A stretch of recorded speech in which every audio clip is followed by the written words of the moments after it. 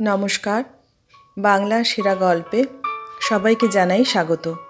শুরু করছি আজকের গল্প। আজ পড়ে শোনাব প্রতিভা বসুর লেখা গল্প দৈবাত। গ্রামের মধ্যে ঝুন্টি স্বনামধন্য। তাকে না চেনে এমন কে আছে? 13 বছরের বাড়ন্ত মেয়ে, আঁটো সাঁটো গড়ন, সরল সুন্দর চোখ।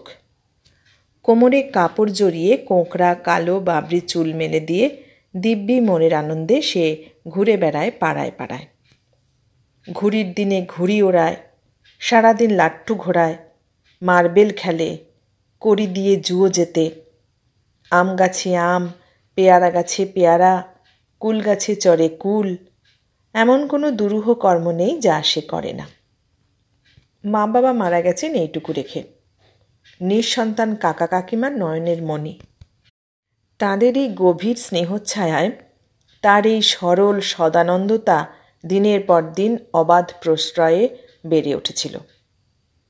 ঝুন্টির কাকা রথিবাবু মেয়ের এই দস্যিপনা এমন সস্নেহ হাসির সঙ্গে উপভোগ করতেন যে সেই সময় তার মুখখানা দেখলে মনে হতো এর চেয়ে সুখ আর কোথাও তার নেই। কিন্তু গ্রামে এ নিয়ে ভয়ানক আলোচনা হতে লাগল। প্রথমে রেখে ঢেকেই চলছিল, কিন্তু ক্রমে তা প্রকাশ্য শত্রুতায় দাঁড়ালো। একবার উষা এ নিয়ে তার স্বামীর মনোযোগ আকর্ষণ করবার একটি ব্যর্থ চেষ্টা করে মেয়ের শাসন তার নিজের হাতেই গ্রহণ করল। প্রথমটায় মিষ্টি মুখে, তারপর কিছুদিন চড় চাপড়টাও চলল বেশ। কাকির এই নিষ্ঠুরতায় ঝুন্টি একটু অবাক হলো বটে, কিন্তু ফল হলো না কিছুই। বরং গ্রামের লোকের কচায়ন ইন্ধন পেয়ে আগুনের মতো লকলকে হয়ে উঠল।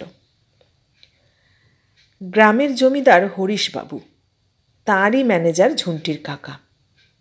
উষা অসহ্য হয়ে পরের ঘরে উঁকি দেওয়া নিয়ে প্রতিবেশীদের বিরুদ্ধে জমিদারের কাছে নালিশ জানাতে বলল স্বামীকে। তার একটা হুঙ্কারেই হয়তো গ্রামবাসীর মস্তিষ্ক কিঞ্চিত ঠান্ডা হবে। রথি চটে উঠল। বলছো কি তুমি? কি নিয়ে নালিশ জানাবো আমি? একটা পারিবারিক ব্যক্তিগত ঘটনা, তা নিয়ে আর হরিশবাবুর মাথা ব্যথার অন্ত নেই না? আর হরিশবাবু নিজেও এর চেয়ে কিছু কম যান কি না? এর মধ্যেই একটা কাণ্ড ঘটে গেল। কাছারিতে যাবার মুখে রথির একদিন দেখা হয়ে গেল গ্রামের পাণ্ডা হরিহর ভট্টাচার্যের সঙ্গে। হাসি মুখে সম্ভাষণ জানিয়ে এগিয়ে গিয়েই রথি থমকে গেল। ভট্টাচার্য গম্ভীর মুখ করে বলে উঠলেন, ছুঁয়ো না বাবাজি, যার জন্ম তো এখনো কিছু আছে। রথিকে অবাক হতে দেখে ভট্টাচার্য বললেন, এটা কি তোমাদের উচিত হচ্ছে রথি? অত বড় মেয়েটা গাঁয়ের সব ছেলে ছোকরাদের সঙ্গে অমন দামালি করে বেড়ায়, এতে কি তোমাদের এতটুকুও লজ্জা করে না? সমাজকে কি তোমাদের একটুও ভয় নেই? আমি কাল নিজে চোখে দেখেছি, ওই নতুন লেখাপড়া শেখা অযোধ্যা দাসের বড় ছেলেটার সঙ্গে সে আম মাখা খাচ্ছে। তাতে কি হয়েছে? কি হয়েছে? অবাক করলে রথি। ও মেয়ের কি জাত জন্ম আর বাকি আছে নাকি? তা বাপু, ও সব বিবিয়ানা তোমরা সমাজের বাইরে বসেই চালিও। অযোধ্যা দাস আজই না হয় চাকরি করে 2 অক্ষর লিখতে শিখে ভদ্র হয়েছে, চিরদিন তো মাছ ধরেই কাটল। তার সঙ্গে এখনও আমরা প্রকাশ্যে বসে খাইনি। রথি একটু চুপ করে থেকে বললে, তাহলে আপনি কি করতে বলেন? আমি আর বলবো কি বাপু, ওই সতী সাবিত্রী মেয়ের একটা গতি করো। আমার মেয়ে হলে তো আমি তার গলায় কলসি বেঁধে ডুবিয়ে দিতাম। তা আমি জানি। রথি চড়া সুরে বললে, ডুবিয়ে কি কাউকে আপনি দেননি নাকি? নিজের ওই একটা 1 ফোঁটা মেয়েকে আপনি যদি স্বেচ্ছায় 70 বছরের বুড়োর হাতে দিতে পারেন টাকার লোভে, তবে তো আপনি সবই পারেন। ঘৃণা ভরে রথি পা বাড়ালো যাবার জন্য। হরিহর ভট্টাচার্য এবার হুঙ্কার ছাড়লেন, বড়ই দেখছি আস্পর্ধা হয়েছে তোমার রথি। কাকে কি বলছো ঠাওর নেই। এই গ্রাম থেকে তোমাকে যদি উচ্ছেদ না করি তো আমার নাম হরিহর ভট্টাচার্য নয়, আমার বাপের নাম নরহরি ভট্টাচার্য নয়, আমার ঠাকুরদার নাম হরচন্দ্র ভট্টাচার্য রথি আর না শুনে হনহন করে চলে গেল কাছারিতে। মনটা বড়ই খারাপ হয়ে গেল। বিকেলবেলা ফিরে এসেই রথি উষার সঙ্গে পরামর্শ করে ঝুন্টিকে দিন কয়েকের জন্য তার মামা বাড়ি ঢাকা রেখে আসা স্থির করল। রথির মতো সাদাসিধে একজন মানুষ যে হরিহরের মতো ধূর্ত মানুষের সঙ্গে কিছুতেই এঁটে উঠতে পারবে না, এটা উষা ঠিক জানত। বছর দুয়েক আগে একটা ঘটনা ঘটেছিল রায়ের বাড়ি। রায়েদের সঙ্গে প্রায় পুরুষানুক্রমে ভরচাজের শত্রুতা, কিন্তু তার রূপ যে এত বিভৎস, এত হৃদয় বিদারক হতে পারে, এটা কেউ কল্পনা করতে পারেনি। সেটা যে এই হরিহরের দ্বারাই সাধিত, একথা গ্রামের সবাই জানে। রায়েদের বড় ছেলে বরদা রায়ের একমাত্র মেয়েকে 3 দিন পরে অনেক খোঁজাখুঁজি করে পূব পাড়ার ধান খেতে যে অবস্থায় পাওয়া গিয়েছিল তা স্মরণ করে উষার হৃৎকম্প হতে লাগল। কাজেই 2 চক্ষের জলে ভেসে পরের দিন সকালবেলা 6টার লঞ্চে ঢাকা যাবার জন্য মেয়েকে সে প্রস্তুত করে দিল। লঞ্চ ঘাটে যেতেই ঝুন্টি অবাক হয়ে বলল, কাকা, এখানে কেন এলে? ঢাকা যাব যে তোকে নিয়ে। ঢাকা কেন? তোর মামা বাড়ি, সেখানে তোকে রেখে আসব। লেখাপড়া করবি, ভদ্রলোক হবি। না, আমি যাব না। সজোরে ঝুন্টি হাত ছাড়িয়ে ঘুরে দাঁড়ালো। সে কি রে? রথি স্নেহভরে তাকে কাছে টেনে এনে বলল, বেড়াতে যেতে তো তুই ভালোই বাসিস। কি সুন্দর শহর, কত দোকান, কত খেলা। হোক গে, আমি যাব না। ঝুন্টি প্রবলভাবে আপত্তি জানিয়ে শক্ত হয়ে দাঁড়িয়ে পড়ল। রথি বেগতিক দেখে বললে, ও মা, বায়োস্কোপ দেখবি না? সেই জন্যেই তো তোকে নিয়ে যাচ্ছি। এখানে আর কেউ দেখেনি। ঝুন্টির শক্ত পা একটু নরম হলো। নড়ে চড়ে বললে, তবে কাকিকে আনলে না কেন? ওহ, কাকিকে নেব কেন? সেবার যে যাত্রা হয়েছিল তোকে নিয়েছিল, ঘুম পাড়িয়ে রেখে কীরকম লুকিয়ে দেখে এলো। ঝুন্টির পা চলল এবার। ঠিক বলেছ কাকামণি, খুব জব্দ হবে এবার। ওর টানা চোখ খুশিতে ভরে গেল।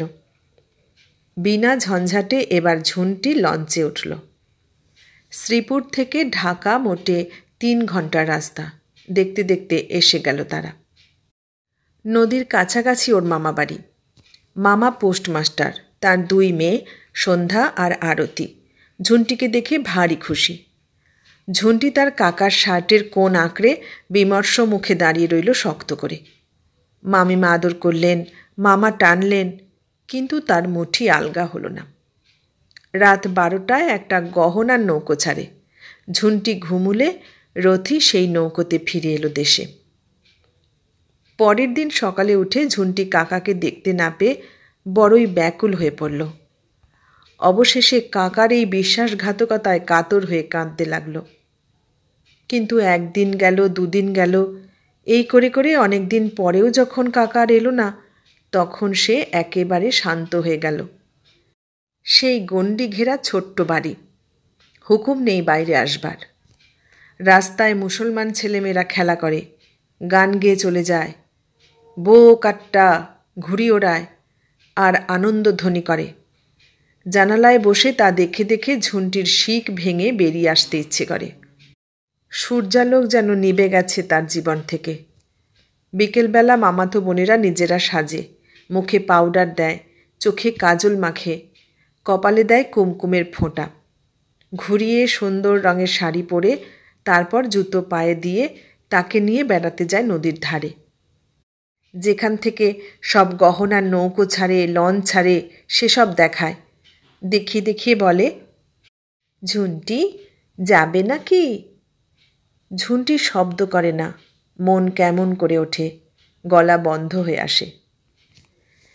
একদিন দুপুরবেলা মেয়েরা স্কুলে গেছে, মামা আপিসে, মামিমা ঘুমুচ্ছেন নাক ডাকিয়ে। এ জানালা ও জানালা করে করে হঠাৎ ঝুন্টির কি দুর্বুদ্ধি হলো, নিঃশব্দে একসময় দরজা খুলে বেরিয়ে এলো রাস্তায়। এদিক ওদিক তাকিয়ে তারপর সোজা একেবারে গহনার ঘাটে।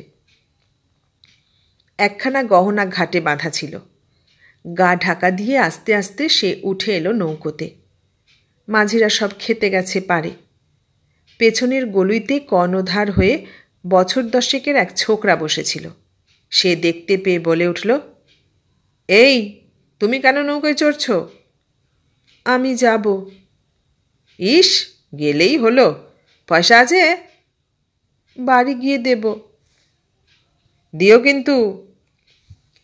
খুব চালের মাথায় ছোকরা একেবারে জলের মধ্যে পা ডুবিয়ে গম্ভীর মুখে গান ধরলে, নৈদের চাঁদ কুম্ভীর হইয়েছে। আর ঝুন্টি সেই সুযোগে মাঝিদের টাল করা বিছানা বোঁচকা ঠেলে তার পিছনে গিয়ে লুকিয়ে রইল। কিছুক্ষণের মধ্যেই ফিরে এলো মাঝিরা। আস্তে লোকজনে ভরে উঠল নৌকা।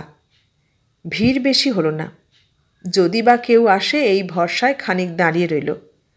তারপর নৌকো যখন প্রায় ছাড়ে, তখন 21-22 বছরের চশমা পরা সুন্দর একটি ছেলে লাফ দিয়ে উঠে এলো নৌকোয় এবং ছইয়ের তলায় না বসে একেবারে পিছনের দিকে, যেখানে মাঝিদের বোঁচকা পুটলি রাখা আছে, সেখানে পিঠ করে বসল। ঝুন্টির একেবারে নাকের সামনে। এতক্ষণ ঝুন্টির লুকিয়ে এসব দেখতে ভারী মজা লাগছিল। মনটা যেন ছাড়া পেয়েছে এতদিন পরে।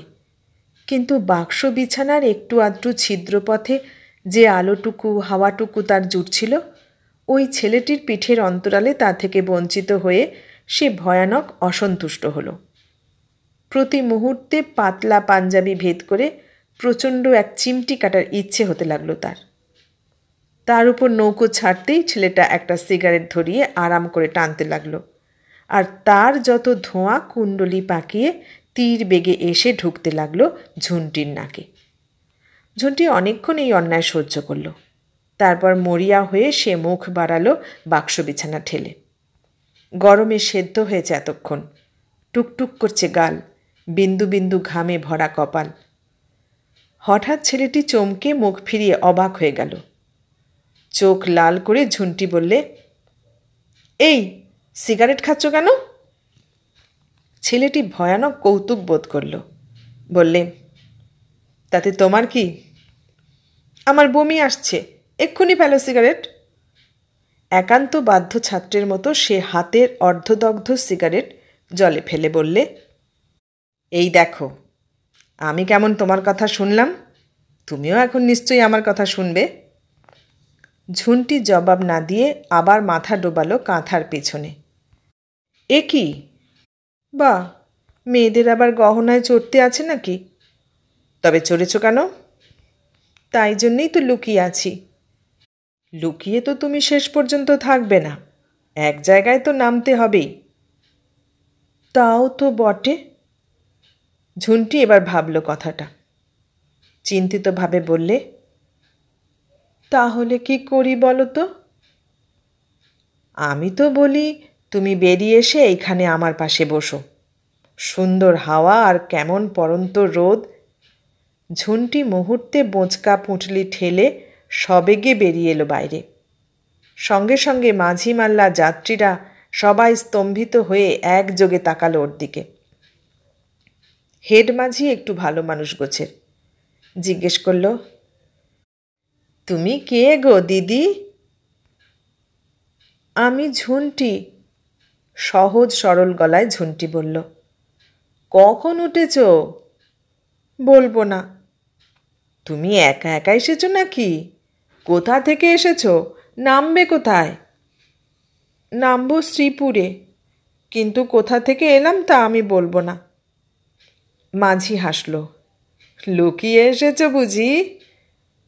যাত্রীদের মধ্যে একজন রসিকতা করে উঠল। বাহ, বেড়ে মেয়ে তো। হঠাৎ ছেলেটি চিৎকার করে উঠল, চোপড়াও রাস্কেল, আর একটি কথা বলবে তো মুন্ডু ছিঁড়ে ফেলব।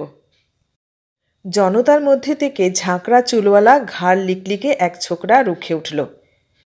তুমি কে হে? এটি কি একা তোমার সম্পত্তি? ফের বদমাস।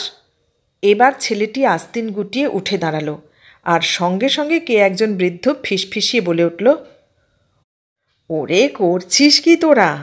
ও যে আমাদের বড়বাবুর ছেলে অরুণ। সর্বনাশ! লিকলিকে ঘাড়ওয়ালা জিভ কেটে বসে পড়ল তক্ষুনি। মাঝি মাল্লারাও এবার সচকিত হল। মুহূর্তে মন্ত্রাবিষ্টের মতো শান্ত হয়ে গেল সকলের স্বর। জমিদার হরিশবাবুর কোপে পড়ার চেয়ে যে কোনো রকম দুঃখই তারা বরণ করতে পারে। আর এই গহনার নৌকো যে শ্রীপুরের খাল বেয়ে চলতে পারে সে তো তাঁরই দয়ায়। প্রায় 12 আনা পথই যে তাঁদের এলাকা। হুমকি ছেড়ে মাঝি বলল, যাত্রী ভাই, তোমরা সব ভদ্রলোক না? ভদ্রলোকের কি এই ব্যবহার? তারপর একান্ত বিগলিতভাবে বড়বাবুর পুত্রের কাছে তারা মার্জনা ভিক্ষা করল।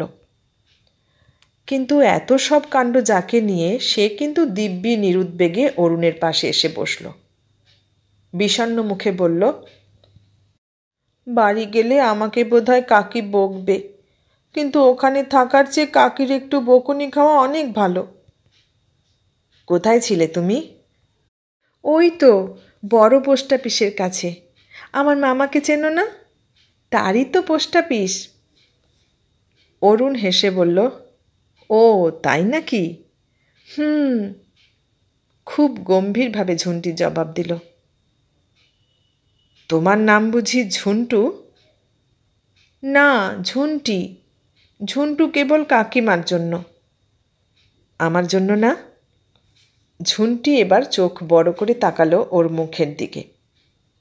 হঠাৎ বোধহয় ভয়ানক ভালো লাগলো তার সে মুখ। তাকিয়ে রইল। কি দেখছ? অরুণ হেসে বলল। লজ্জিতভাবে ঝুন্টি চোখ নামিয়ে বললে, তুমি যদি নেহাতি চাও তবে ডাকতে পারো ঝুন্টু বলে। তাহলে আমাকে নিশ্চয়ই তোমার পছন্দ হয়েছে। ঝুন্টি সে কথার জবাব না দিয়ে বললে, আর আমি তোমাকে কি বলে ডাকবো?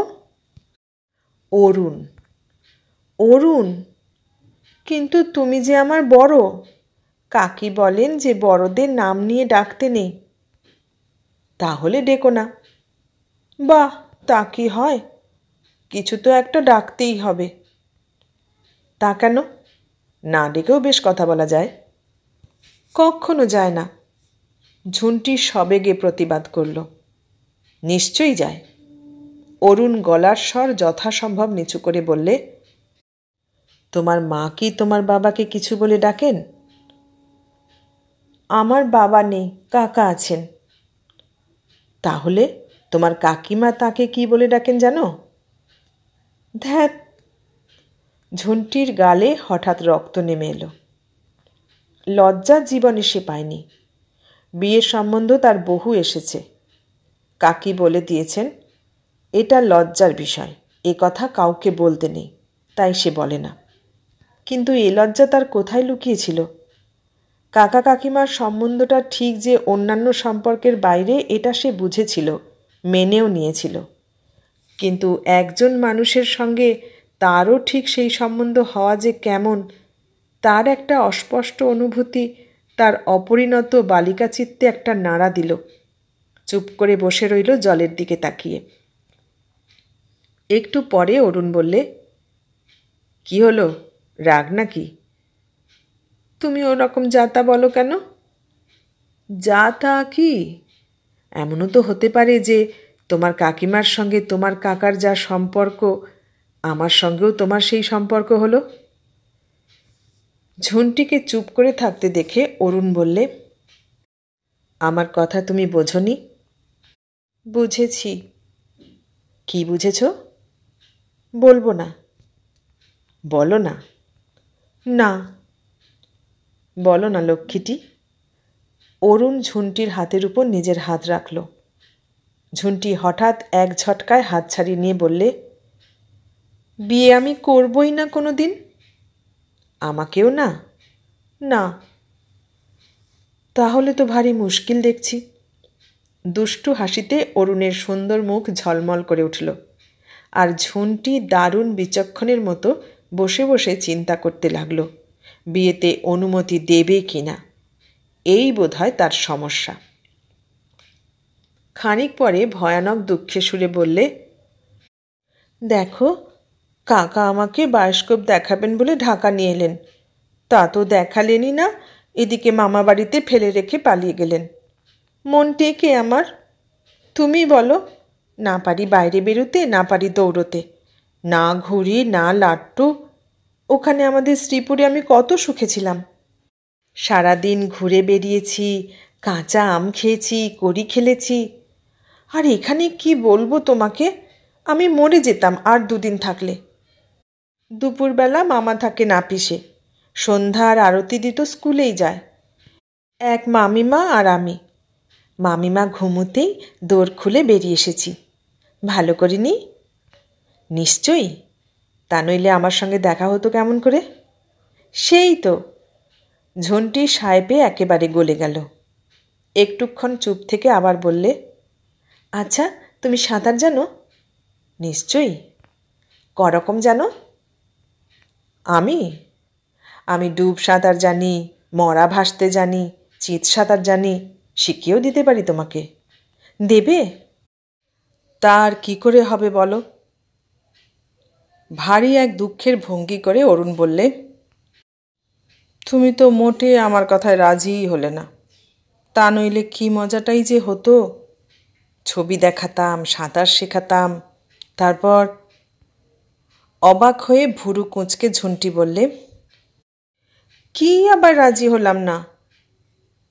বলে তক্ষুনি কি কথা মনে হলো, আর সঙ্গে সঙ্গে সাংঘাতিক জোরে অরুণের হাতের উপর এক চিমটি কাটল সে। অরুণ উহ বলে হাত বুলোতে লাগলো সে জায়গায়, আর ঝুন্টি মুখ ফিরিয়ে বসল তার উল্টো দিকে। সন্ধ্যা তখন উত্তীর্ণ।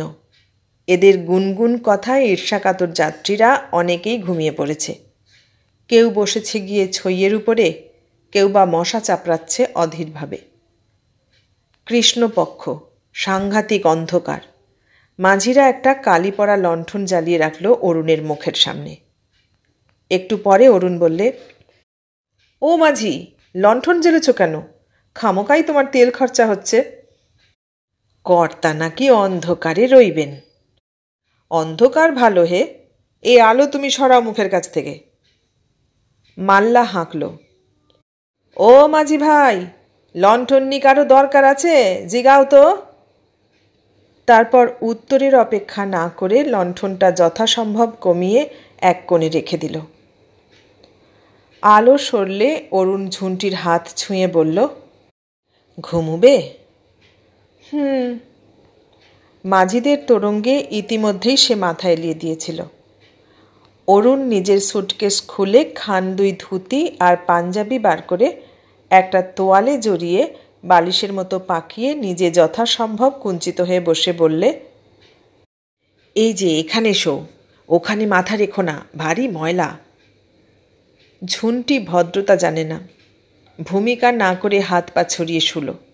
তারপর বলল, দেখো, কাকি বলেন আমার মাথায় নাকি যত রাজ্যের নোংরা, তাই জন্যে কারো বালিশে আমাকে মাথা রাখতেই দেন না। তা তোমার তো এসব পরবার কাপড়। অরুণ হেসে ফেলল, তোমার কাকি তো ভারী দুষ্টু। এমন সুন্দর পশমের মতো চুলে নাকি আবার ময়লা থাকে, কই দেখি। অরুণ ভয়ানক বেশি রকম নিচু হয়ে অন্ধকারে চুলের ময়লা পরীক্ষা করতে লাগলো হাত বুলিয়ে বুলিয়ে। আর ঝুন্টি আরামে গভীর ঘুমে অচেতন হয়ে পড়ল। রাত প্রায় 8:30টায় গহনা এসে পৌঁছল শ্রীপুরে। অরুণ তাড়াতাড়ি ঠেলা দিয়ে তুলল ঝুন্টিকে। তারপর বোসের ঘাটে নৌকো রাখতে বলে নেমে পড়ল তার হাত ধরে। বোসের ঘাট থেকে বড়জোর মিনিট 3 পথ ঝুন্টিদের বাড়ি। মাঝে একটা সাঁকো পার হতে হয়। গ্রাম এর মধ্যেই নিশুতি হয়ে গেছে। ঝুন্টির অন্ধকারকে ভারী ভয়। এত রাত্রে সে বাইরে বেরিয়েছে, এই অভিজ্ঞতা তার এই প্রথম। ভয়ে সে অরুণের হাত আঁকড়ে রইল। ভয় করছে? যদি আমি না আসতাম কি হতো? রাম লক্ষ্মণ সীতা বলতুম। তাহলে বুঝি ভয় থাকে না? তা এখন বলো না। তুমি তো আছো, আমি চলে যাই? ইস, ইস কি? তুমি কি ভেবেছ আমি তোমার সঙ্গে তোমাদের বাড়ি পর্যন্ত যাব? যাবেই তো। অরুণ অন্ধকারে টর্চ জ্বালিয়ে পথ দেখতে দেখতে আসছিল। ওর কথা শুনে বাঁ হাতে ওকে কাছে জড়িয়ে এনে বলল, ভারী তো আহ্লাদি। তারপর টর্চ নিভিয়ে দিয়ে থমকে দাঁড়িয়ে পরে বললে, তুমি তো রথীবাবুর বাড়ি যাবে? ওই তো বাড়ি দেখা যাচ্ছে। তোমাকে বাড়ির কাছে দিয়েই আমি চলে যাব। তোমাকে দেবই না যেতে? অরুণ হাসল। বাড়ির দরজা এসে দাঁড়াতেই ঝুন্টি অত্যন্ত উত্তেজিতভাবে দরজা ধাক্কাতে লাগল। কাকি, দৌড় খোলো, আমি ঝুন্টি। ঝপ করে খুলে গেল দরজা, আর ঝুন্টি বাঘের মতো ঝাঁপিয়ে পড়ল কাকির বুকের উপর। অভিমানে সে কেঁদে ফেলল।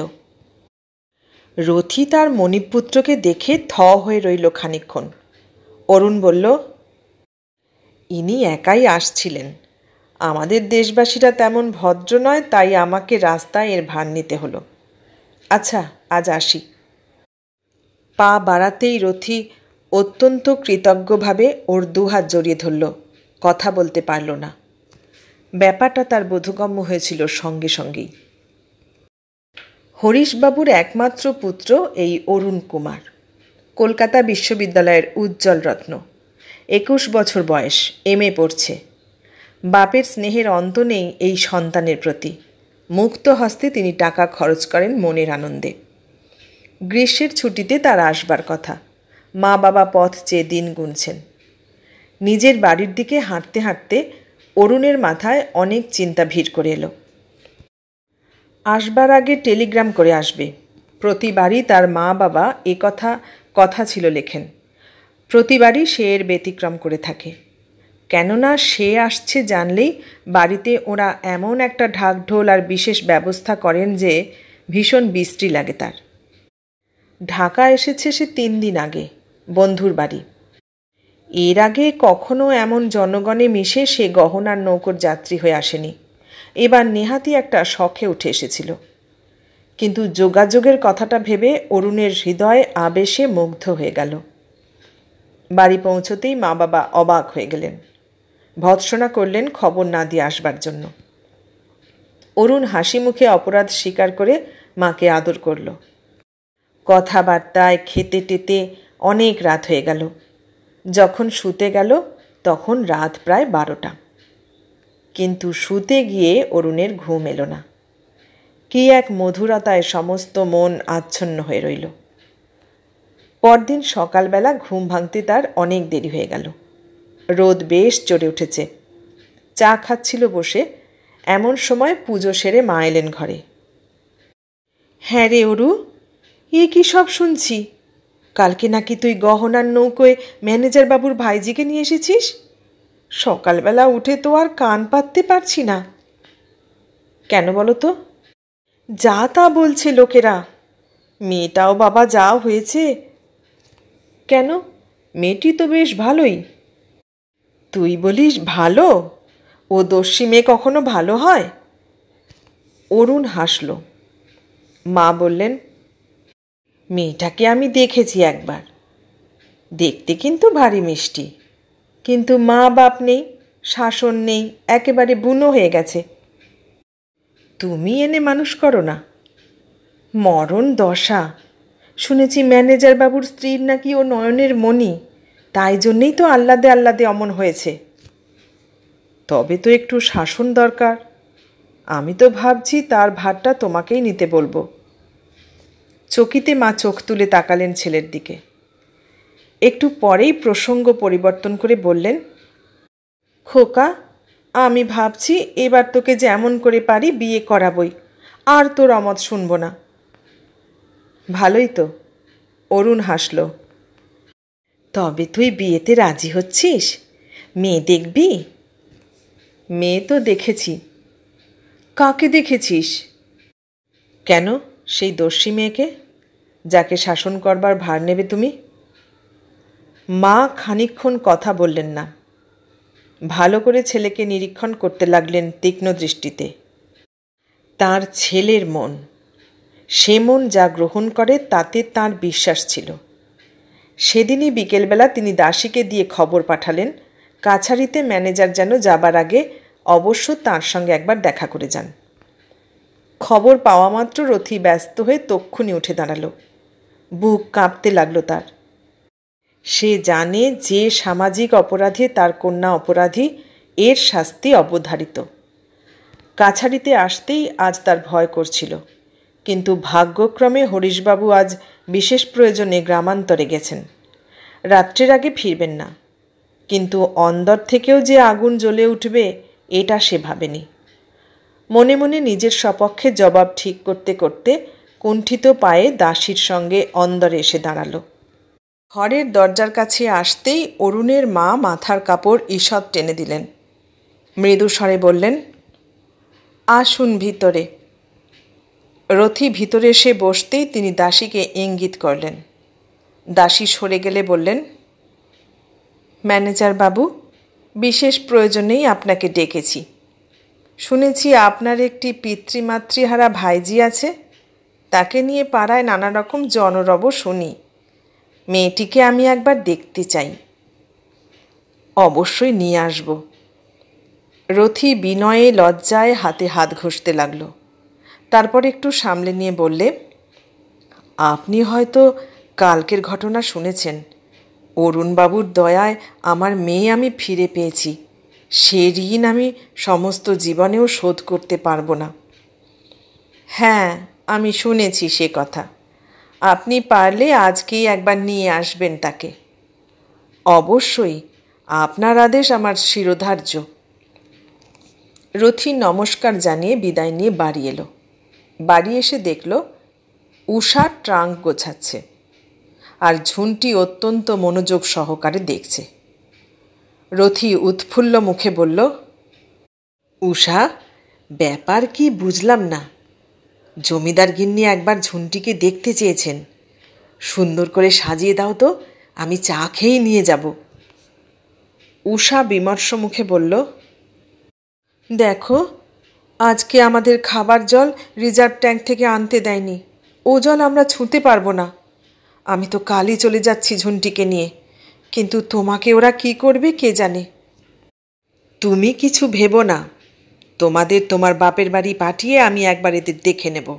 তুমি চটপট ওঠো তো। বাক্সের ডালা বন্ধ করে উষা উঠে পড়ল।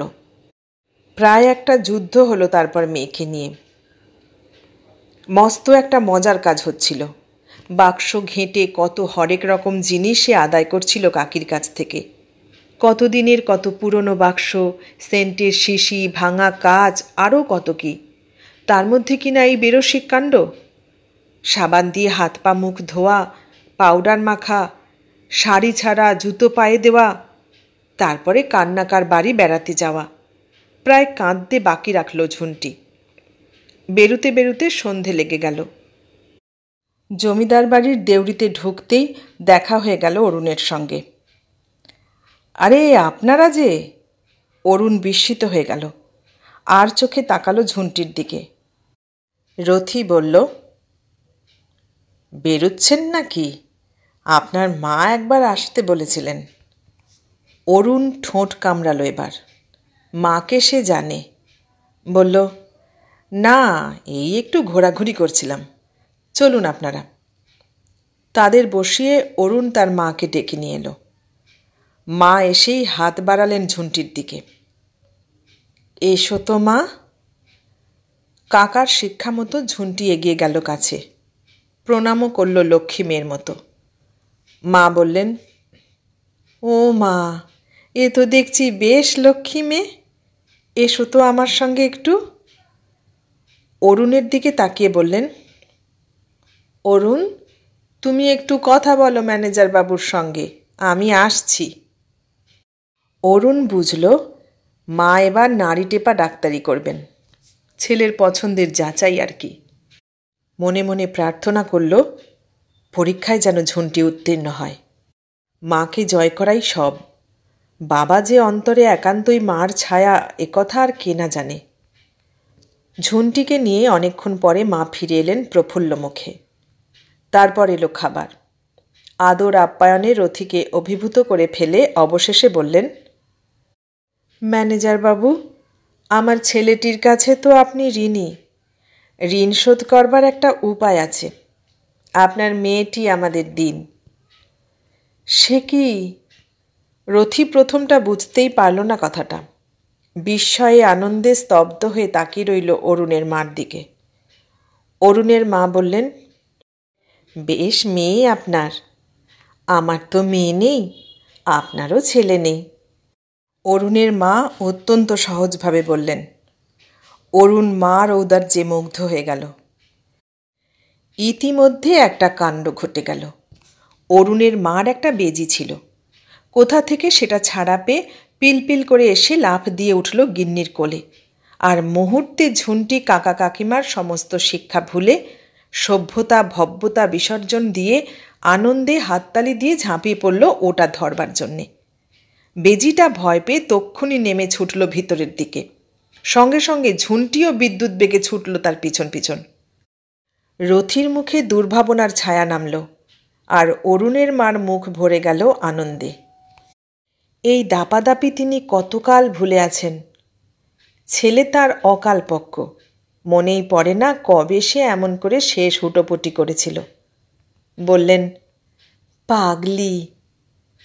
অরুণ এবার লজ্জা ত্যাগ করে উঠে দাঁড়াল। আমি দেখি গে মা, ওটা আবার কামড়ে না দেয়। ঘরে ঢুকেই সে ছুটন্ত ঝুন্টিকে খপ করে ধরে ফেললে। সঙ্গে সঙ্গে ঝুন্টি এক হাত জিভ বের করে ভয়ানক অপরাধীর মতো বললে, এ মা, কি হবে? কি হলো? একদম ভুলে গিয়েছিলাম। কাকি বলে দিয়েছেন এখানে এসে লজ্জা করতে। কি আর হবে, কিন্তু আমাদের পুকুর দেখেছ? এবার আমার কাছে সাঁতার শিখবে তো? ধ্যাত! ঝুন্টি মুহূর্তে লাল হয়ে উঠল। শোনো, অরুণ ওকে হাত ধরে টেনে যথাসম্ভব কাছে এনে বললে, তুমি খুশি হয়েছ? না বলো, বলতে হবে। ঝুন্টির সলজ্জ মুখ সে তুলে ধরল। ও ঘর থেকে মা ডাকলেন, ওরে তোরা করছিস কি? ম্যানেজার বাবু এখন যাবেন। এতক্ষণ শুনলেন প্রতিভা বসুর লেখা গল্প দৈবাত। কেমন লাগলো গল্পটা? ভালো লাগলে লাইক কমেন্ট শেয়ার করবেন, আর নতুন বন্ধু হলে সাবস্ক্রাইব করার অনুরোধ রইল। সবাইকে অনেক ধন্যবাদ জানিয়ে আজ এখানেই শেষ করলাম।